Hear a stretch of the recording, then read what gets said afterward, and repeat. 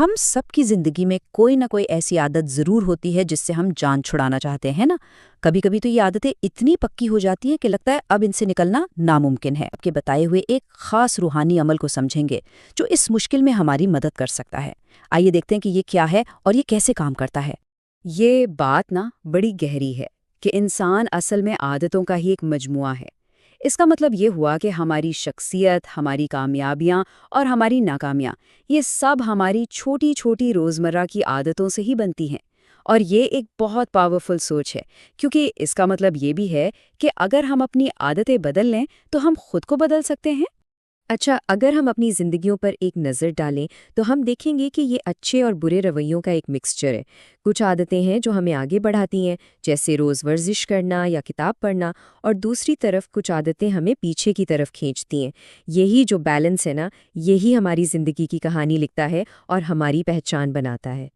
ہم سب کے اندر یہ خواہش ہوتی ہے کہ ہماری شخصیت بہتر ہو، زیادہ پرکشش اور مکمل ہو۔ اور یہ صرف اچھا دکھنے کے بارے میں نہیں ہے، بلکہ اندر سے اچھا محسوس کرنے کے بارے میں ہے۔ یہی خواہش ہمیں اپنی بری عادتوں کو پہچاننے اور پھر انہیں ختم کرنے کی ہمت دیتی ہے، تاکہ ہم وہ بن سکیں جو ہم بننا چاہتے ہیں۔ لیکن جب ہم کہتے ہیں بری عادت تو ہمارے ذہن میں آتا کیا ہے؟ اکثر ہم کچھ بڑی اور بالکل واضح چیزوں کے بارے میں سوچتے ہیں، لیکن کیا بری عادت کی تعریف صرف یہیں تک ہے یا اس میں کچھ ایسی چیزیں بھی شامل ہیں جن پر ہم اکثر دھیان ہی نہیں دیتے؟ آئیے دیکھتے ہیں۔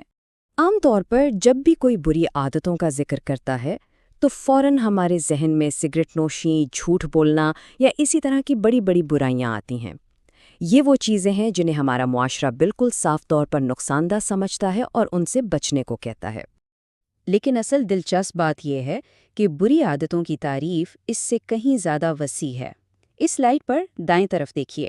وقت ضائع کرنا، وعدے توڑنا یا فیصلے نہ کر پانا، یہ وہ عادتیں ہیں جو شاید اتنی بڑی نہ لگیں، لیکن ہماری زندگی اور ہمارے رشتوں پر اتنا ہی گہرا اور منفی اثر ڈال سکتی ہیں۔ اور ان عادتوں کا اثر صرف ہم تک محدود نہیں رہتا۔ ان کی وجہ سے ہمارا قیمتی وقت اور محنت سے کمایا ہوا پیسہ ضائع ہوتا ہے، اور سب سے بڑھ کر یہ ہمارے پیاروں، ہمارے گھر والوں کے لیے مسلسل پریشانی اور دکھ کا باعث بنتی ہیں۔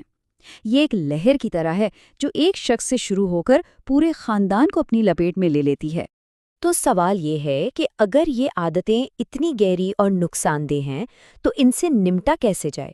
یہاں پر یہ ماخذ ہمیں ایک روحانی حل پیش کرتا ہے جسے وظیفہ کہا جاتا ہے، ایک ایسا عمل جو خود کو بدلنے اور ان زنجیروں کو توڑنے کا ایک راستہ دکھا سکتا ہے۔ تو وظیفہ کیا ہے؟ بالکل آسان لفظوں میں، یہ ایک خاص روحانی عمل ہے جس میں اللہ کے ناموں یا آیات کو ایک خاص تعداد میں اور ایک خاص مقصد کے لیے دہرایا جاتا ہے تاکہ اللہ کی مدد حاصل کی جا سکے۔ یہ دعا، توجہ اور عمل کا ایک بہت خوبصورت مکسچر ہے۔ اس روحانی عمل کی خوبصورتی اس کی سادگی میں بھی ہے۔ اسے کرنے کے لیے کسی مہنگی یا نایاب چیز کی ضرورت نہیں، بلکہ صرف ایک عام سی چیز چاہیے جو ہر گھر میں مل جاتی ہے، یعنی 2 چٹکی کالے تل۔ یہ ہمیں یاد دلاتا ہے کہ روحانیت کا تعلق بڑی چیزوں سے نہیں، بلکہ نیت اور سادگی سے ہے۔ تو یہ عمل کیا کیسے جاتا ہے؟ یہ 11 دن کا طریقہ ہے جس کے ہر سٹیپ کو بالکل واضح طور پر بتایا گیا ہے تاکہ کوئی بھی آسانی سے اس پر عمل کر سکے۔ آئیے اس مرحلہ وار گائیڈ کو تفصیل سے سمجھتے ہیں۔ اس عمل کا جو مرکز ہے وہ ہے اللہ تعالیٰ کا ایک خوبصورت نام، یا بصیرو، جس کا مطلب ہے اے سب کچھ دیکھنے والے۔ اسلامی روایت میں ہر نام خدا کی ایک صفت کو ظاہر کرتا ہے، اور اس نام کا ورد کرنا اس صفت سے جڑنے اور اپنی زندگی میں اس کی روشنی لانے کی ایک کوشش ہے۔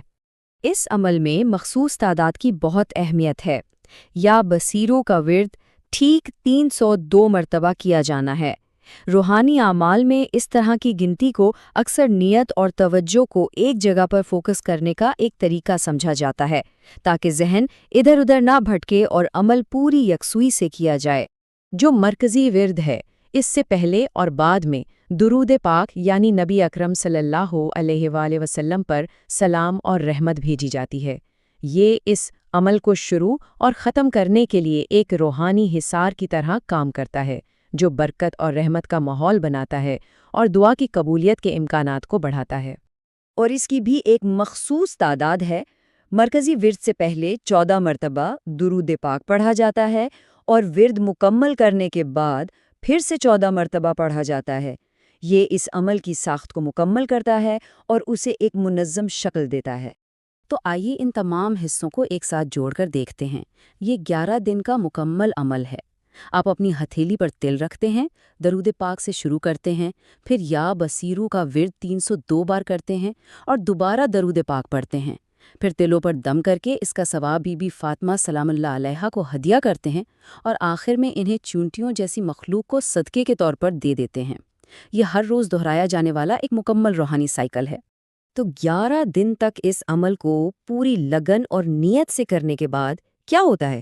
اس کا نتیجہ کیا نکلنے کی امید ہے؟ آئیے تبدیلی کے اس وعدے کو دیکھتے ہیں جو اس عمل کے ساتھ جڑا ہوا ہے۔ سب سے پہلا اور بنیادی نتیجہ یہ ہے کہ جن بری عادتوں سے چھٹکارا پانا تھا وہ 11 دن کے اندر اندر ختم ہونا شروع ہو جائیں گی، ان کی گرفت کمزور پڑنے لگے گی اور ان پر قابو پانا آسان ہو جائے گا۔ لیکن یہ صرف بری عادتوں کو ختم کرنے کی بات نہیں ہے، ایک اور گہری تبدیلی آتی ہے۔ مزاج یعنی رویہ مثبت ہونا شروع ہو جاتا ہے۔ یہ صرف ایک منفی چیز کو ہٹانے کے بارے میں نہیں ہے، بلکہ ایک نئی، بہتر اور تعمیری سوچ کو اپنانے کے بارے میں ہے۔ آخر میں اس عمل کا حتمی مقصد صرف کچھ عادتوں کو بدلنا نہیں، بلکہ ایک مکمل اور پرکشش شخصیت کی تعمیر کرنا ہے۔ یہ منفی چیزوں کو ختم کر کے روحانی طور پر خود کو پاک کرنے اور ایک بہتر انسان بننے کا ایک راستہ ہے۔ تو یہ سب جاننے کے بعد ایک سوال ذہن میں آتا ہے جس پر غور کرنا بہت ضروری ہے۔ وہ کون سی ایک ایسی عادت ہے جسے اگر بدل دیا جائے تو پوری زندگی بدل سکتی ہے؟ اس پر ضرور سوچئے گا۔